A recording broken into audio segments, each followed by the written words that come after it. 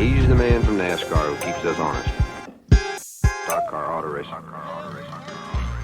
Hey everybody, welcome back to the Dale Jr. Download. I am your host, Dale Jr., and with me is my co-host, Mike Davis. How's it going, Mike?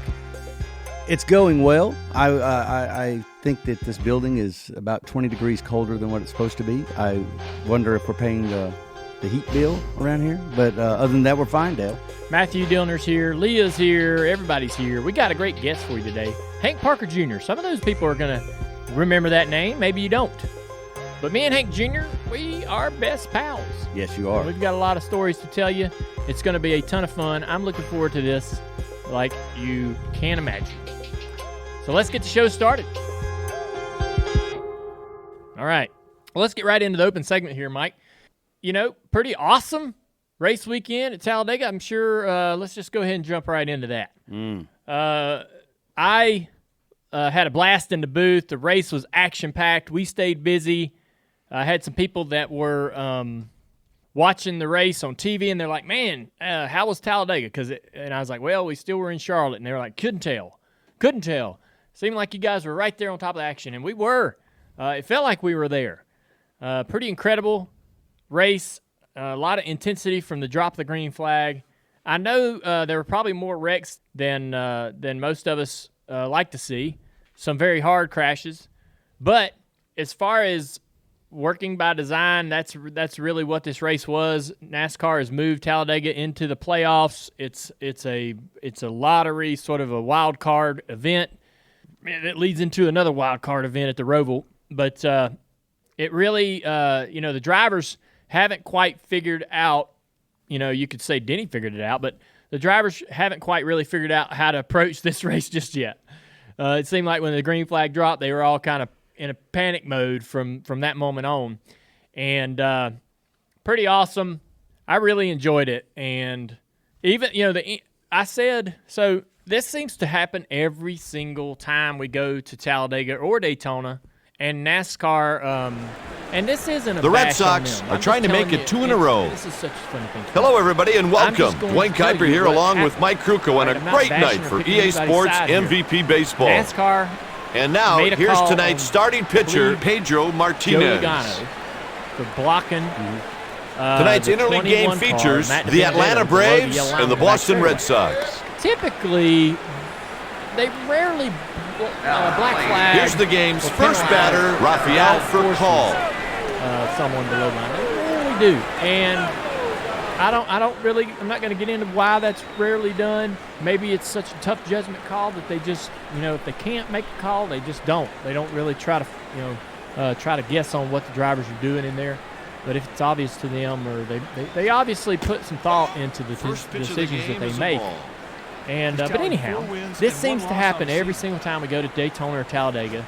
They'll make a call, whether it's at the early part of the Cup race, or if we're in speed weeks, it's during the truck race, or during a qualifying race for the Daytona 500. Whatever they do, they make a call, and it sets the precedent. He's in there and it kind of puts them in a position to have to make that same call every single time this comes up again, because it's gonna. Right? They made the decision to black flag Joey when he pushed someone below the line, and I thought in my head, I said, all right, now you've opened that can of worms. Every time somebody is forced below the line, you're going to have to black flag that guy that does it, which is something they don't commonly do. Now they have set a precedent, and boy, they had to do it. Every time somebody was forced below the line, they had to go, well, we black flag Joey. We got to black flag this guy. At the end of the race, they were black flagging people and rescinding black flags, and they black flagged the 17, the Benedetto, the 9. I don't know. There were so many guys got penalized before, by the time the race was over with, and then I think they took the 9's penalty back and gave him his position back. But I guess. And per the way the rules are written, I can't argue any of the calls they made. What I will argue is that we shouldn't have to deal with this sort of mess that it creates. And you made the argument on NBC Sports broadcast right after the race. Yes. Which cracked me up. Is having is taking away the yellow line rule the best thing for every occasion? Absolutely not. I mean, it was put in play for a reason, but I think the act of having it has caused just as many wrecks, maybe more. The act of having it has caused way too much controversy and disgruntledness and frustration and confusion amongst industry, amongst broadcasters, amongst people on pit road, crew members, crew chiefs, drivers, and most importantly, the fans.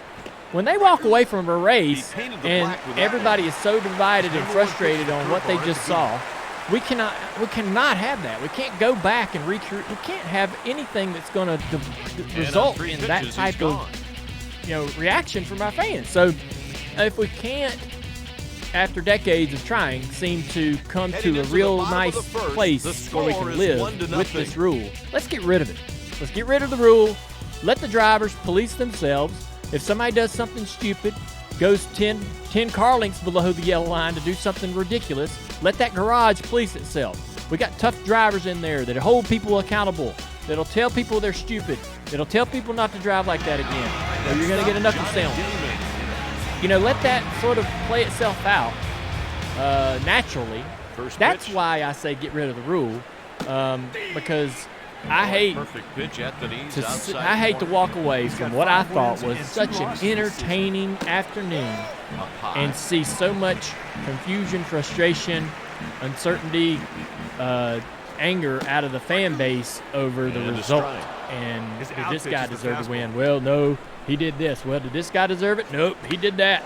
And, well, I guess Chris Buescher should have won. Well, I mean, everybody was making an argument for basically every car that was on the lead lap for winning that race. And so, that's I don't think that getting rid of the yellow line rule is a perfect scenario, but it's certainly better than this. Certainly better than having this thing, this sort of nasty, bad taste in your mouth after such a great day.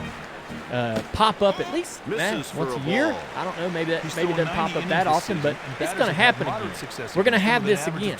Well, it could be a Daytona 500. What if this was how we ended up our biggest marquee event, the Daytona 500? What if this was the result in the ending conversation after such an important race? I mean, this was an important race, but wouldn't you feel like you need to protect the integrity of... Yeah, but wouldn't you put that in the hands of the drivers who know the rules going in? That's a great argument. But I don't... I'm trying to hesitate in saying that NASCAR is inconsistent on the calls. Because that would be the argument then for the driver is, they don't, they black flagged this guy for forcing someone below the line, but damn, I could give you 20 examples in the past decade where they didn't black flag that guy that forced someone below the line. It's like the pushing rule. It's the same example, because you've seen them penalize people for pushing, and then you see, another race, you'll see somebody push somebody for damn near half a lap. That's a great example. What I've learned, is people's interpretation of the rule is going to be different. Okay, let's go and dive into some weeds here. Who's up there in the booth calling the shots? Well, you've got a bunch of guys up there that are going to be a community on what they need to do when somebody blocks or somebody puts somebody below the line. Well, who's at fault here and all that? All of those guys are going to interpret the rule in their own way. What is blocking? Well, me and you might have a different opinion on what blocking is, what a block is, what a dangerous block is, what a clean block is. Forcing someone below the line, I might have a different opinion of the same event than you have or that Mike has. So that's the only thing is the human interpretation of the rule is different for everybody. That's why all the fans the Red Sox all didn't have the same opinion when the race was over with, because everybody interpreted what they saw their own way. All right, and my way, I'm not sitting here saying, "Hey, man, my way's the right way. Everybody should see what I saw and agree with me. I'm just saying that's impossible, right? That's impossible for me to expect the fans and the industry to go, hey, take the rule away and I'm right and this guy deserves the win and everybody should agree with that. That's not what I'm saying. I'm saying let's try to avoid all this by just not having the rule. If we can't have the rule and have it live in a good space and everybody be good with it, let's get rid of it. Let's get it off the table, and then we can complain about how reckless the guy was that went below the yellow line. But he's not breaking any rules. We don't have to argue about who won the race and who deserves the win. Let me ask you a question. Would you agree that in the rule book there is a significant amount of rules that are enforced by judgment calls? Yeah. We are a sport of judgment calls, right? I mean, no, we are. I mean, drivers are making judgment calls on how they race. NASCAR officials are making judgment calls on how they enforce it. We are unlike any other sports. Whereas, on baseball, you got a foul line, and there's a clear line that if you hit the ball on the left side, going down the first base line, it's fair. If it's on the right side, it's foul. And there is no, you may disagree on if it kicked up chalk dust, but you get my point. You got to remember that this sport, you can take away that rule, but that doesn't eliminate all the judgment calls that NASCAR is going to have to make during the course of one single race, especially at restrictor plate tracks. I mean, people will dispute, fans will dispute pit road speeding penalties. They'll dispute, here's one where the loops are, when the caution comes out, and what position you were supposed to be in, and then NASCAR's forced to make a judgment call. I don't disagree with anything you said about. I don't think there's any data that suggests that the rule prevents wrecks from happening. Sure. There are plenty of crashes. Oh, yeah. So let's not even argue that. But I will say I can't find myself committing to the point of just eliminating the rule because, one, I'm not convinced it's a regression. I think that I would almost want a solution to replace. I do think drivers, when you give them the capability to act like a moron, they'll do it. They won't let you down in that. Somebody will, and I think the consequences, especially at Talladega and Daytona, are way more significant for a bunch of other people that might be racing right. 20, 30 other cars can get wrapped up in one idiot's move to go race down there. So I'm not disagreeing with you, but this sport is judgment calls, man. I don't envy the position that you have to be in if you're Steve O'Donnell or whoever else. And I also like your point about if you make that call early in the weekend, you're going to have to make it all weekend. You're setting a precedent. Well, I would rather them enforce the rules consistently with the understanding that enforcing the rules means that they're having to apply their judgment on most of them, to be honest with you. It's no easy task. No easy task. I don't know. I'll say this if you don't mind. I know a lot of people make this analogy of the 79 500. Dale, if you look at Donnie and Cale going down underneath that line, if that was present day, we'd be going, well, he pushed him down below the line, so this guy, but he pushed him down there, so he should get penalized, and that guy should get penalized because he was trying to advance his position. I'd rather the argument be, and I think this aligns with what you said, what an idiot. I can't believe he did that. My God, that guy had so much gusto to get down underneath that guy, and that be the post-race discussion rather than about rules. Yeah, that's the whole point for me, too. I am not here to make a better rule. I'm not here to tell you that I've got a better idea. It's my opinion that what we have doesn't work. We can't govern it consistently and where it ends with a result that everyone is pleased with, or the majority is pleased with. It creates a lot of frustration across the board for anybody that witnesses it. So let's remove it. And it's kind of like you said, that's a great example. We don't watch that 79 Daytona 500 last lap, and you could sit down and watch that, and we watch it and we show the clips for forever. We've shown it. We don't ever bring into that conversation the yellow line, right? Or oh man, he went below the line. You watch it, you admire it, you enjoy it as a moment that was amazing. We celebrate it. We use it to market, to sell, to promote our sport, and we would have that same exact example of something to celebrate Sunday without that rule. Without that yellow line rule, we'd all be watching that replay going, that was some wild. After 2.5, the score That's a good is point. 1-0. Matthew, that was a great point, to be honest with you, because it definitely dilutes the excitement if you have to apply rule books and everything else, which has been my argument, to be honest with you. If I'm being consistent, it's what I hate about the, talk about rules package. It does not apply to anything that entertains me on a Sunday afternoon watching a race. Instead of us all sitting here debating on who was right, who was illegal, and who wasn't, we'd be sitting here going, three of them was on the apron in turn 4. Can you believe they made it back? They made it back. It was incredible driving to make it back, and they went across the line basically 3 wide. Instead of celebrating an incredible moment or a wild moment, some risky, crazy stuff, we're all frustrated and debating who was legal and who wasn't. And we could just remove all of that from the table by getting rid of the rule.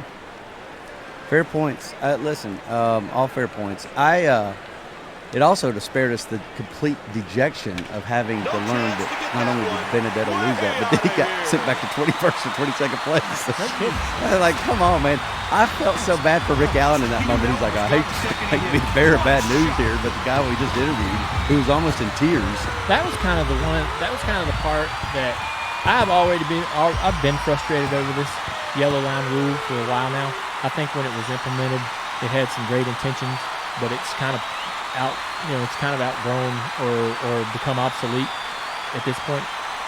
And as the dominoes kept falling and the piling on of what that one rule created in those last 10 minutes after the checker flag, it's just too much to take. It's just too much to sit there and accept, right? And you just get more and more frustrated. Okay, Hamlin wins. Hamlin crossed the finish line. All right. Now, which side are you on? I know your point. This is all happening in the moment. Right. Which side are you on? You believe you should have won that or not? No, he went below the yellow line. Okay, let's argue that for 30 seconds, and then guess what? Matt's going to 21st. How you feel about that? Or no, not only that, but Matt forced people below the yellow line. Did he force people below the yellow line? Did he force anybody? Should he have been kicked back? It didn't even occur to me. It didn't even occur to me that he had done that until they announced the penalty. And we're gonna put 17. He forced somebody. I mean, there were like 14 arguments that popped up one after the other, and it's just like, all right, I can't. What are we doing? What are we doing? So, and it's so silly to me that nobody is. You are. Finish your thought. I am so pissed off that NASCAR's not frustrated either. Like, they're sitting there watching this race. I don't know. Maybe they are. Maybe they are frustrated. Yeah. But they come on Monday, Sirius XM or whatever, and they give us all the reasons why the rule's there and all the reasons why they made all the decisions they made and who penalized who they penalized and gave Hamlin the win. And it's like they want everybody to go, hey, man, here it is. Here's the rules. Here's the decisions. Everybody get on board. Why are you on board with this? This is not okay. This is not a great result. Even if I agree with you about the decisions that you made on who you penalized, who won the race, why do we like this? Why do we want this? Why do we want this kind of result? This debate. Like, let's just get it off the table and get rid of the rule. Why don't you see that? Why don't NASCAR see, like, clearly we don't need this rule? Rules are boring. Racing's exciting. The thing that makes this somewhat unique for you to make this argument is that you're also a team owner. And so that's a little different because most team owners, I would suspect, makes the argument the other way around, right? And you know what it's like to lose all your cars in a single crash at a restrictor plate race. It happened this year, okay? So the fact, I was frustrated with this rule way back when I turned Brian Vickers on the back straightaway at Dayton. We're getting that rule. We're getting hit over the head with a hammer over that damn yellow line rule. I'm trying to get the I'm trying to be the first car a lap down. I got a race-winning car for the Daytona 500. Brian Vickers is the first car lap down. I got to run off of turn 2. I got my bumper underneath him, and he forced me below the line. That's right. And I said, you know what? There's a rule, and I'm not giving up this couple inches I got on you. So I'm not going. I'm going back up. Right. You're in trouble, Brian Vickers. Your ass is going around because you tried to block me. Yeah. And that's wrong. That was at Daytona. Yeah. And Yeah. I turned his ass. It wrecked the whole field. Look, whether I was right or wrong for doing that, I felt like I was put in the position to stand my ground because he was forcing me below the line, and I knew that if I lifted and got back in line, NASCAR wasn't ever going to black flag him for doing that. They weren't even probably seeing that happen. You know, I was getting forced below the line. He wasn't going to get penalized for it. I wasn't going to get the position. The caution might come out in the next corner because we were all racing to rain, and there was a lot of intensity in the pack, and I needed to be the next car. I need to pass him immediately to be able to get my lap should the caution come out. And I was getting blocked, and I knew they weren't going to penalize him for blocking me. Yeah. So I turned his ass. Yeah. Unfortunately, And took out half the field. I forgot about so that wreck. I was frustrating. thinking Talladega too. I forgot about that one. It was at Daytona. Vickers wrecked him and Jimmy Johnson at Talladega and won that Totally race. forgot about which that one I haven't got over that one. Yeah, well, that had nothing to do with you. No, it didn't have anything to do with yellow that's line, why but I it did got have to do with Vickers and wrecking.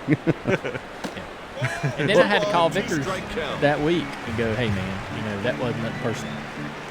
Oh, wow. Yeah. But you didn't call to apologize. I called to tell him that I totally did not expect Him. to destroy the field that way. I got you. But at best case scenario, he was spun harmlessly to the inside. But I have been annoyed with this rule. I mean, we went below the yellow line into turn 3 underneath Matt Kenseth. Him and Matt Kenseth, Jimmy Johnson side by side down the back straightaway at Talladega, coming to a few laps to go. And I got a great run off the nose of Elliott Sadler down the back straightaway, and I go to the inside, and Matt and Jimmy come down the racetrack to block that move, and I went below the line, pretty much 3/4 of my race car below the line. And there was this, hey, is that legal? Is it not legal? And people still debate that today. People still debate that move today. How fun is that? Like to have one of your race wins field debated because of a stupid damn rule. And then almost, if you break the rule, people don't apply the heat of the moment thing. They just almost call you a cheater. You know what I'm saying? Yeah. Like they question whether anytime you get questioned the legitimacy of your victory or your result, there's a presumption that means you did something to take advantage of the rule. Yeah, and that's not the case either. You're making split moment decisions Trying here. not to crash. Right. And I had Vickers. I got other problems with Vickers, but maybe we'll save that for another day. Get him in here. No. Easy. We don't discuss our future guests on open mics. Yeah, whatever. Puts everybody in a bad situation. Let's move on, man. That was a good open segment. I don't feel any better. I ain't gonna lie. I was gonna say I felt better. I do not feel better. Y'all made it change my mind on it though. I was struggling to come all in on the get rid of the line pool, but now I agree. Like that's all I'm trying to say is do you want to go to Talladega or Daytona next year, and after the race have a big old debate, or do you want to not? Well, you want to celebrate some badass? I want to get us to a point, and I'll be consistent about this, about if I don't want to talk about rules packages as the story, as the main headline of a race, then it needs to also be about rules. So do this. We don't have to add this in. Everybody watch the last green, white, checkered of that race and forget about that yellow line. Take it all the way out of your mind. Imagine it's not even there. And watch the last 2 laps. And go. And then, can you even do this, right? But see how much you maybe enjoy what you're watching, as opposed to watching it and anticipating someone forcing someone below the yellow line, somebody going down there, whether they were legal, whether they weren't, and all the things that happen beyond the finish of the race. If you do that, you're then left with being amazed that DiBenedetto didn't wad his car up coming into turn 3 and 4. I can't believe he didn't wreck. And the way he was blocking was like a madman. I mean, like, that was a man. He was racing for his life. You got that feeling in the last lap that he is going, that hell-bent. Anything that happens, he is going to do everything he can to stay out front. And he did everything he could do and still lost. It was amazing racing. Incredible race. It was. The only thing I'd say about Matt is I wish this is how Matt had raced at Daytona for the Cup race. Show that little bit of desperation. You see it in any sport. You know, you're watching your favorite team when they show desperation when they're behind. Well, he raced his whole career the way he raced Sunday until he got in a tight bind for those last few spots to make it into the playoffs. And in that race at Daytona, he raced uncharacteristically safe. And it was so frustrating. As a fan of his, as someone who wants him to succeed, I watched that Daytona race and went, come on, man, damn, go. You got to damn thing. Do it. There was a moment in the race where he did start hanging it out. But Sunday was a great example of how I think he should have probably ran Daytona to give himself. I have to tell you guys about an amazing new service that I have found. It's called Frame Bridge. Frame Bridge makes it easier and more affordable than ever to frame your favorite things without even leaving the house. Add a gallery wall to your home office or send someone the perfect gift. From art prints, diplomas, photos, all those things are sitting on your phone. You got your favorites. You got your photo streams with your family. All these great pictures. You can get Frame Bridge just to frame all that stuff. Right. Plus, they can frame tickets to sporting events, jerseys. If you can frame it, Frame Bridge can do it. If it can be framed. You may not want to think about this game for a while. Frame It hasn't Bridge. exactly been a shining So moment in his career. I was reading the ads for the upcoming show, and Amy happened to be sitting across the table. And she goes, "Oh, I love Frame Bridge." Jackson is ahead 1-0. Nothing works better than when Amy is already a customer. I love it. Me and her have Pitch taken for a stacks ball. of photos and things that we are planning to get framed, and Laid off life's the low getting in the splitter. way.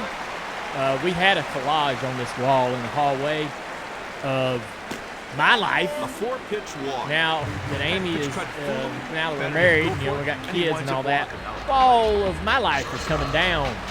Well, yeah, So but now we're going to put up a gallery, which I Out spoke of the of. zone. That's a And ball. so we're putting together a bunch of pictures that we want to put on that wall. So Frame Bridge has come along at just the right time because we've got a lot of framing to do. Here's how it works. You just go to framebridge.com and upload your photo, or they'll send you packaging to safely mail in a physical photo. Preview your item online in dozens of frame styles and gallery wall layouts. Choose your favorites or get free recommendations from their talented designers. The experts at Frame Bridge will custom frame your item and deliver your finished piece directly to your door, ready to hang up. Instead of the hundreds you'll pay at a framing store, and that's no lie, Pitch taken for their a ball. prices start at $39, and all shipping is free. Plus, my listeners will get 15% off of their first order at framebridge.com when you use my code And towards the Dale shortstop. Jr. DALEJR. That takes care of Mike the and I side. and Amy With are going to 5 send in innings something played, framed, the Braves trail by and 3. the site is super easy to use. Amy's pretty much a pro, so I didn't have to learn the site much like maybe you did. we just got a new photo from our boy Harold Henson of our number 77 30 Mo Media car, Darlington. And man, I'm going to get it framed by Frame Bridge, and it's going in this studio. Good job there It's to gonna turn that look into sweet. something. Not many guys can turn that into a How double. big? How big? Big. I want to go big. How big do you let me go? Because I'll go. It can replace the chicken pit sign. Ooh, that's a big move, hey man. Freshen it up a little. Come on, The Matthew. Braves Chicken pick called can down stay to in the the pen studio to get a somewhere? right-hander warming up. nowhere else it can go. Can you brag? I mean, that's the It's only a favorite in the studio when people come in here. I know. Maybe you have to mix Is it up. it? Maybe it's Yeah, I'm not in here the- for a lot of tours. Maybe that's our summer look. But then we need to get ready for our fall look, which is Darlington. All right, get started on framing your photos today. Get started on sending someone that perfect gift. Holiday season's coming through. We're hitting that calendar. Holiday season, great time. Send somebody that awesome picture already framed. Go to framebridge.com and use the promo code Dale Jr. to save an additional 15% off that first order. Just go to framebridge.com, promo code Dale Jr., framebridge.com, promo code Dale Jr. All right, let's get this fired up. All right. You guys ready? Okay, we're almost streaming. We're good. Whenever you're ready. All right, we're live. Yep. Hey, everybody. He crushes it. Before we bring in our guest, Hank Parker Jr., I want to do my favorite part of the show. It's really tough to say that this week. And there's so many great job of knocking the parts. run, and look at this, they're still threatening. You can have 3 favorite parts. But Ask Junior's up. Brought to you by our friends at Xfinity, podcast partner and premier partner of NASCAR. It's time to hear these questions that you guys have sent to Xfinity Racing. Leah Vaughn is here with those questions. Let's have it. Our first question is coming from Paul Macro. Hopefully I didn't butcher that, Paul. What is your feeling on Chevy finally having one engine builder between RCR Racing and Hendrick? Do you think they should have done this sooner since the other manufacturers have been doing this for a while? I think that the sport has the money and the spending has gotten like out of control. There's no way to police it. There's no way to really, I've heard about, cap rules and things like that for racing, but there's no way to really watch what people are doing behind the scenes and who might, I guess, I'm surprised they were even able to discern that Hendrick had wind tunnel tested for 30 minutes too long or whatever the rules were. How in the world they know who has what hours in a wind tunnel is beyond me, but much less what they're spending on their books. With that said, I think that whenever we can consolidate down and make things simpler, that's better. It would be awesome if, most of the teams got the same chassis from the same chassis builder, the same engines from the same engine builder, and that everybody paid a pretty flat, reasonable rate for all of those parts and pieces to really bring costs down, some of the major costs down in the sport. I think too, so there's a great gain in the monetary side and the spending side, but also, if you're a Chevy fan, anytime these teams sort of collaborate, it's great. You see that time and time again. So if you put if you're an owner or a big organization, you're going to have a giant ego. You just do. You're going to think you're the better team in the garage, much less the better Chevy team. And it's hard for you to sort of open up your books and knowledge and data to another organization. You don't know whether they're going to share equally. And so there's going to be some sort of awkwardness, I think, at first of those two organizations coming together. But I think in the end it can benefit them because they'll both create great power together. They'll both be able to share in the rewards from that and go out there and beat the other manufacturers. And, so I think it's a great thing for Chevy to become more successful, more powerful, get more power out of their engines. They can always use more power. All the teams do. And especially with the new car coming, and whatever new engine configurations are coming down the road over the next 5 to 10 years, it could make that development a lot cheaper for that team or those organizations. So I love it. I think it's a great deal. We'll see what happens. We'll see if they can maintain it. Sometimes those relationships work really well. Sometimes they fracture. There's a lot of disagreement in the direction. And they end up splitting up and doing it themselves again. We'll see. Our next question comes from Jeff, who's watching live on YouTube right now. What's your opinion of the addition of all the road courses racing for 2021? I was excited to see some new tracks come on the schedule, and they're tracks that I think that a lot of people are happy to see on the schedule. Road America is, from what I've heard, I've been to the track and spent some time there, and it's beautiful. It's a great place to go enjoy a weekend with your family, camping, just visually. Really awesome experience. Plus, if you're a race fan, being at the race is a great thing. So there's a lot to offer a race fan at a place like that, much like Watkins Glen.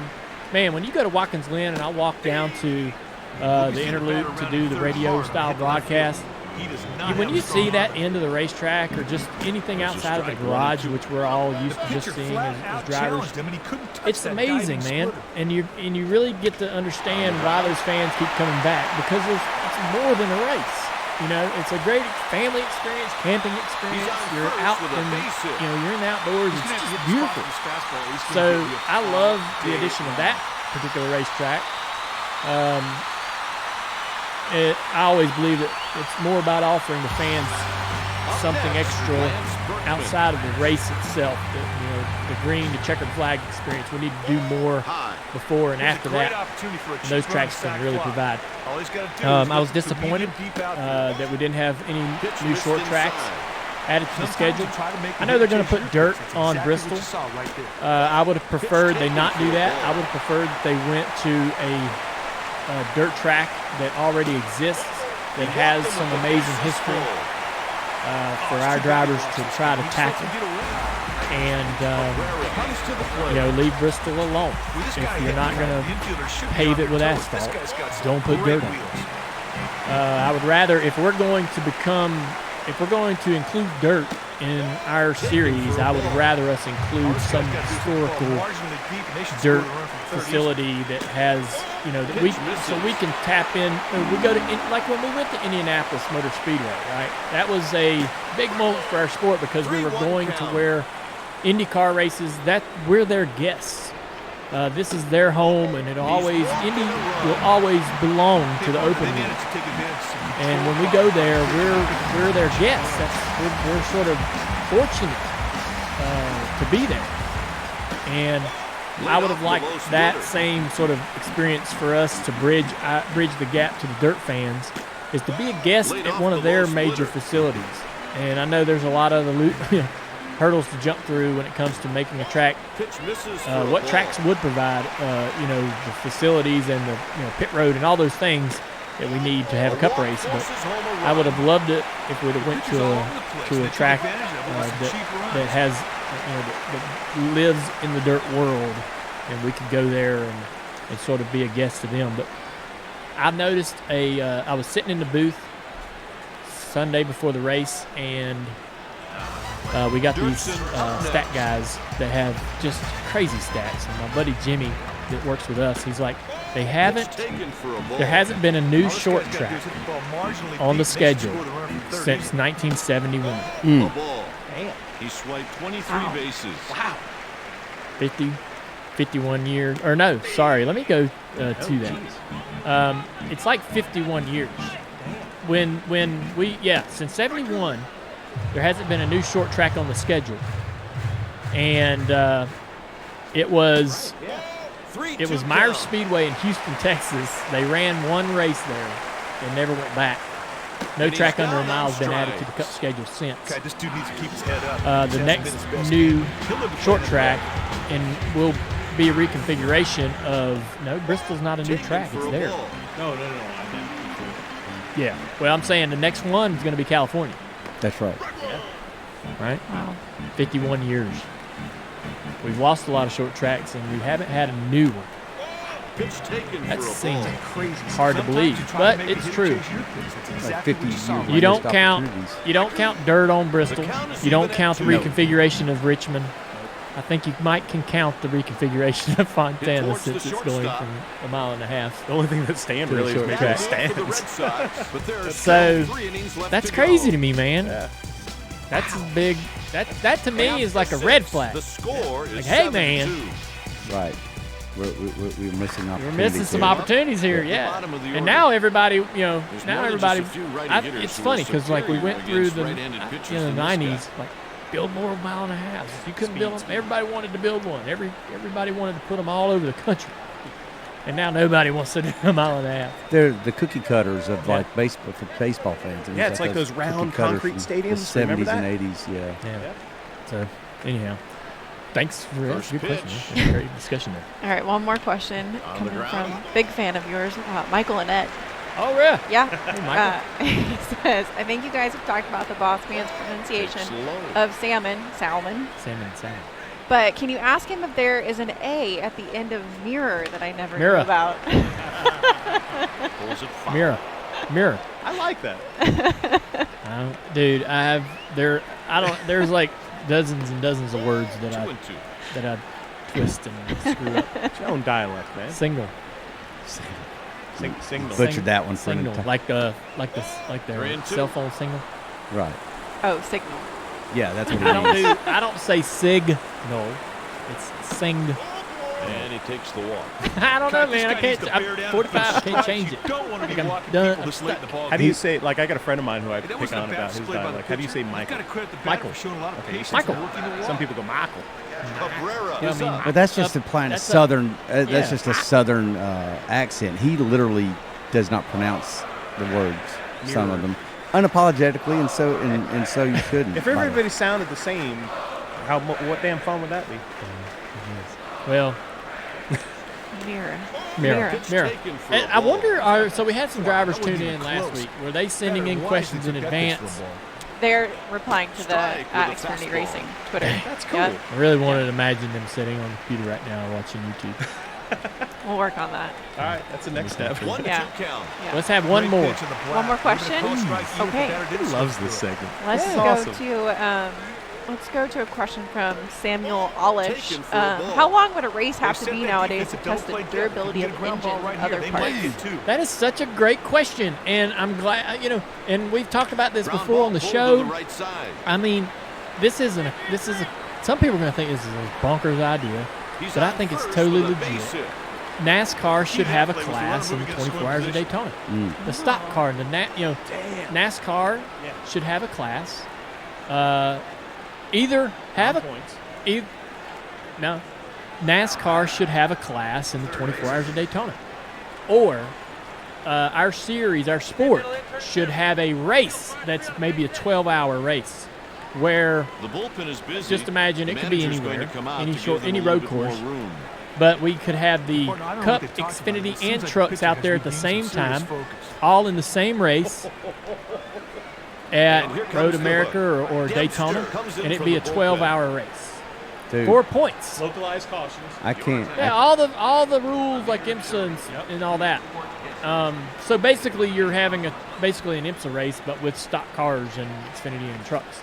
People's Swing heads are and a miss. exploding right now. People are for this. And Kyle Busch has to enter as a truck entry.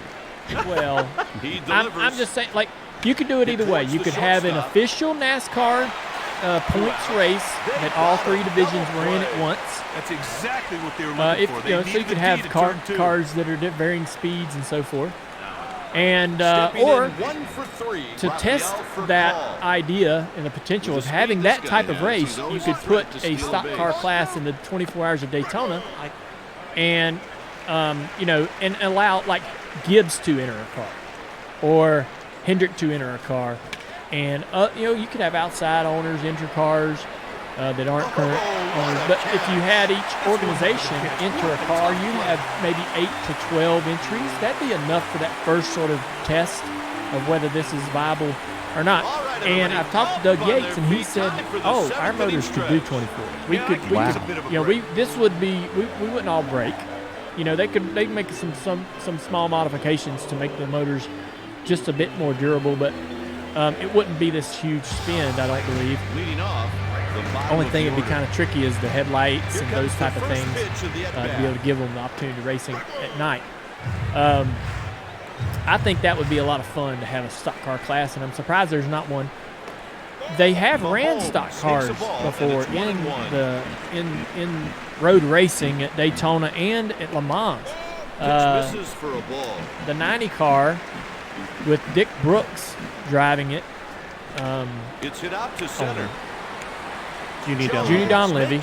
They went to Le Mans in the 70s with one of their Ford Mercuries and ran. They had a bunch of issues, but went all the way over there with one of their stock cars outfitted with some headlights and so forth and ran Le Mans. I think that they actually, maybe it was David Pearson ran a stock car in the 24 Hours of Daytona. I'm not entirely sure about that, but I believe he might have. The Wood brothers might have attempted to won 24 Hours of Daytona with one of their cars. So it's not this really wild idea. It probably was crazy back then, but I think it'd be awesome. So none of us, I don't think, want to sit down and watch 12 hours at Richmond or 12 hours anywhere. We almost had it at Talladega. Yeah, I mean, like that 3.5 hour block is perfect for our races right now, but I think that if we got plugged into an IMSA race, that would be kind of cool. Or we could create our own multi-class event that happened once a year. That would be Of the two, that really would be awesome. I think I like that more than plugging into the Daytona. The 24, yeah, man, just seeing all of them out there at once. I've always hated the term crown jewel. I just don't like the term. Because your phobia of jewelry. Part of that. I just think it's a silly term. But I might feel better, I guess, about crown jewel if because that would definitely be one.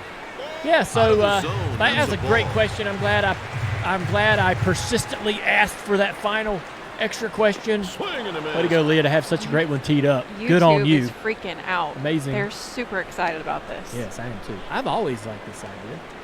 And we talked about it during the coverage of the 24 Hours of Daytona 2 years ago, live. And I asked Doug Yates right there on TV, I said, hey, could we in stock cars run a class in this race and make, could our engines do it? Could the cars do it? He's like, oh, they can do it. Yeah. He's pretty confident.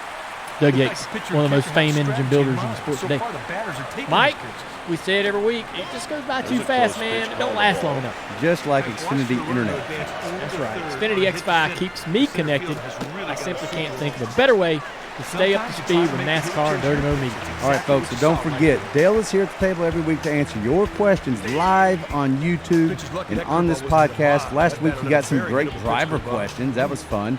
Whoever you are, hit us up at Xfinity Racing on Twitter using the hashtag AskJunior for a chance to hear from Dale himself. A big thanks to Xfinity for being a premier partner of NASCAR.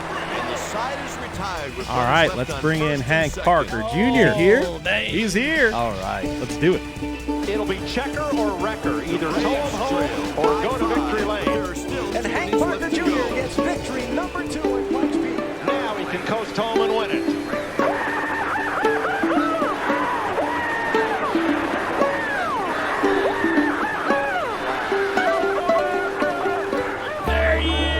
Oh, my goodness. Look at this. Come on in. Sit down. Oh, he's bringing something. Oh.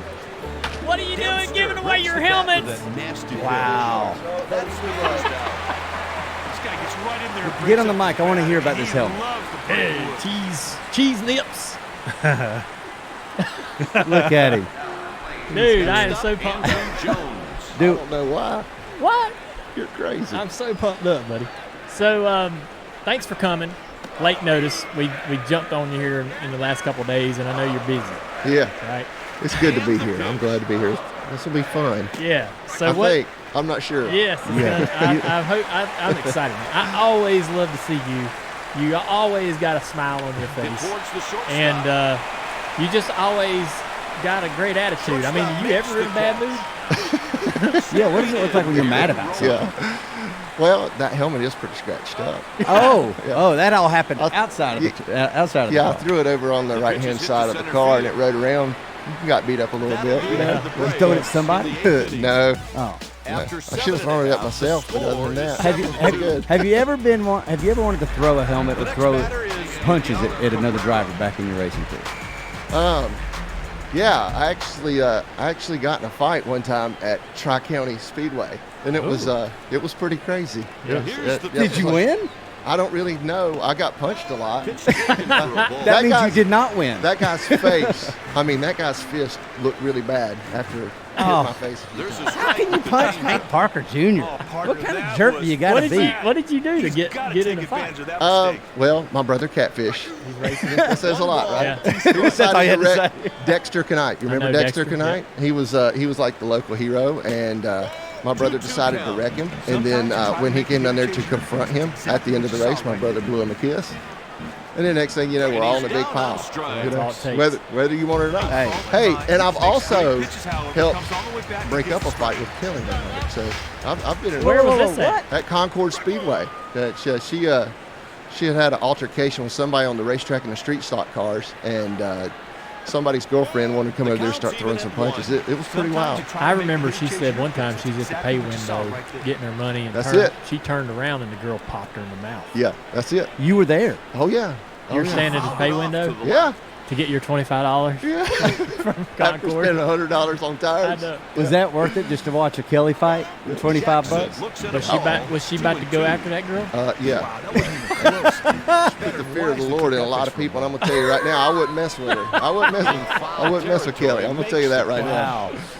I love this already. All right. Hank Parker delivered. When we called you, we wanted to get you and your dad on the show together because there's something that I hope you can clear up since he can't be here. Oh boy. All right, so your dad, as I know him and I remember him, was the ultimate fisherman. Mm-hmm. You know, Bassmaster, champion, had his own TV show. Yeah. Right, big deal. Yeah. And what in the world was it that led to him thinking that he was going to drive a race car in competition in the Xfinity Series, which was the Busch Series at the time? I imagine, all right, at some point in your life, racing's not around, right? Racing, That's right. You're maybe watching on TV on Sundays, but it's not a part of your life. It's not a part of your family's history. Was it the friendship with Dad?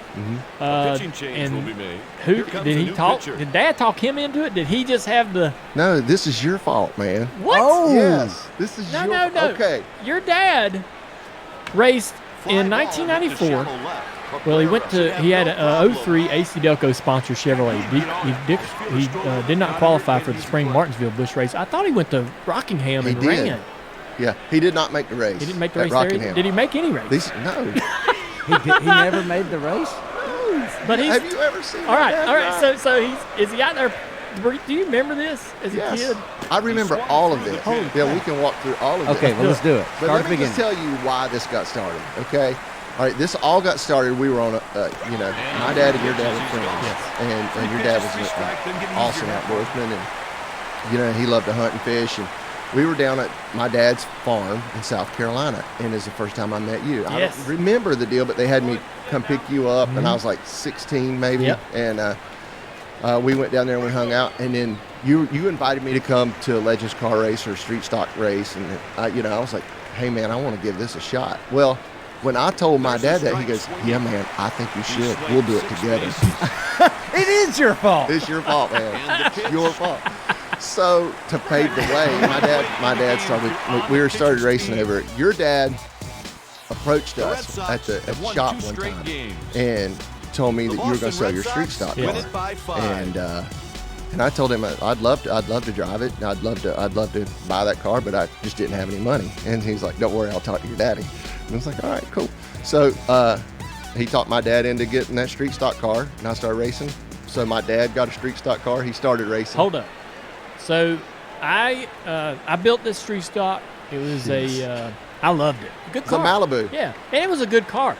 I could run top 2, top 3 with it, and when you got it, you won races, right? Well, the first year. Yeah, I flipped it.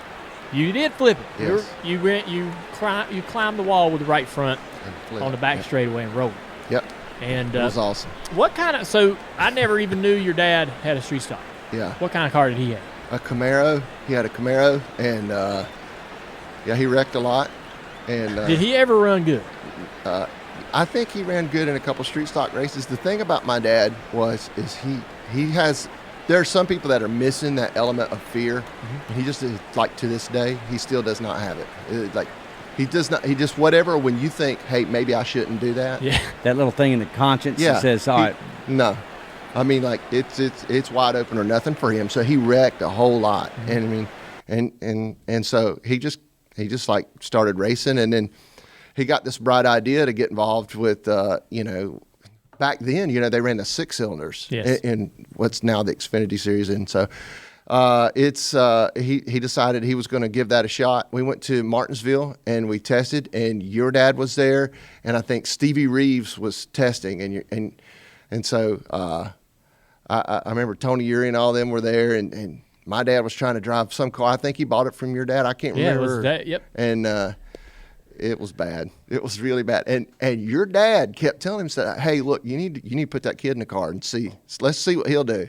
And that was a lot of pressure. But anyway, make a long story short, he didn't make that race. Martinsville is from late model stock all the way up back then. That's tough, and that's an easy track. There were 50 cars, 40 cars showing up easy for 36 spots or 32 spots at the Xfinity race. So he didn't do it, and then we went to Rockingham, and he tried to make the race at Rockingham, and I remember a hard track to make. Oh my goodness! And so he was doing a qualifying run, and he spun coming off of turn 2. You know how you had to hit it just right coming off of 2 in a qualifying trim, and he hit the inside wall, and I walked up to him, and his nose was bleeding. I was like, "What'd you hit your head on?" And he's like, "Nothing." And I was like, "You might want to sit this one out." Might want to sit this one out. We didn't have a backup car, so he was done. That was the end of that. Yeah, and then he still raced late models some, but then what? He kind of stepped that back. Wait, and let me do it. Don't gloss over stuff like that. Yeah, he ran some more late models. Yeah, he would run. So crazy. At Concord Speedway, that's where I cut my teeth because that's where you race that street stock. I bought that street stock, and then they had a couple of different classes, but late model stock. I've never driven a late model, like a true NASCAR late model stock car ever. I've never even driven one, but at Concord, they had something similar to that, but then they had the Big Ten cars, like super late models. And so my dad did that. And it Supers? It was an open carburetor. Yeah, wow. And I would run it. I would run a 390 carburetor, and I was very competitive, and I could win races. And my dad would run like an 1100 Dominator. And he looked like a drag car down the straightaway. And he wrecked every single week, like epically. Yes. I mean, are you being a little facetious, or did he literally wreck every weekend? I don't think he wrecked, okay, my dad's a fisherman. Right. This is what we're still trying to connect the dots, and they're not connecting. He wrecked a lot. I would say at least 90% of the time. Did at any point y'all go, Dad, let's just stick to the boat? Yeah. Let's just get back on the lake. But what's insane to me is that Hank Jr. developed real talent. Yeah. His brother, Catfish, was a damn decent wheelman. Yeah. He's a good driver. Yeah. But he didn't get it from their dad, apparently. Is that what you're saying? But I think my dad has some talent. I mean, my dad, have you ever ridden in a bass boat at like 80 miles an hour? It's pretty hairy. Yeah. They're kind of up on That's the water. a good point. Yeah, that's a good point. And so he did that his whole career of it was who got to the fishing hole first. You drive like hell across there. Well, in tournaments, say you got to get there, right? Is that what you're saying? Yeah, and my dad would keep a rag in his boat, and people ask, "What's that rag for?" He's like, "So I don't beat my teeth out when I go across the water because I'm not letting off." And he's serious, and so, I mean, he could have been good if he would have learned how to lift at some point in time. Well, that is important. He never got that. So all this happened because Dale Jr. was a Legends car racer so y'all met. Y'all were about 16 years old. Yeah. Because your birthdays are real close together. They're just days apart. You guys got one coming up here. Yeah. Y'all do. And so they go to South Carolina. Dale Jr.'s like, I'm a Legends car racer. That's not how it is. Like, I could see these sitting. Like, how much do you lift? That's not what it was like. What do you lift? Yeah. What do you squat? Well, I'm a Legends car racer. It was more of a street stock. I was like, this guy's cool, man. I want to be his friend. You want to come to my Legends race? Yeah. Gotcha. It was just pretty much, I think I could see a lot of the connections. I mean, I grew up, my passion was. Our dads are so similar. Yeah. I loved to hunt and fish. I was going to be just like my dad. My dad was my hero. I loved fishing and I loved hunting. And I'd stay up all night long with my dad and help him build spinner baits and put new line on his reels. My dad's a very dedicated person. Like when everybody else is sleeping and resting, he's getting his stuff together and he's not playing any games. He don't stop. When it comes time to fish, we don't drink drinks. We don't eat crackers. We fish, And so That's funny. I could see that connection in racing. It was a lot of work, but it paid off. We can all assume that they met because of their love for the outdoors, but do you recall the first time that they met and what the occasion was? I was pretty young. I don't remember exactly what the deal was, but the first time I remember meeting Dale was they had some kind of a fishing tournament on Lake Norman, and then they had an obstacle course where you raced boats. And my dad and Dale were partners, and I can't remember how it all worked out. I do know there was some cheating that went on. I know they won the obstacle course part, and I think it was pretty great.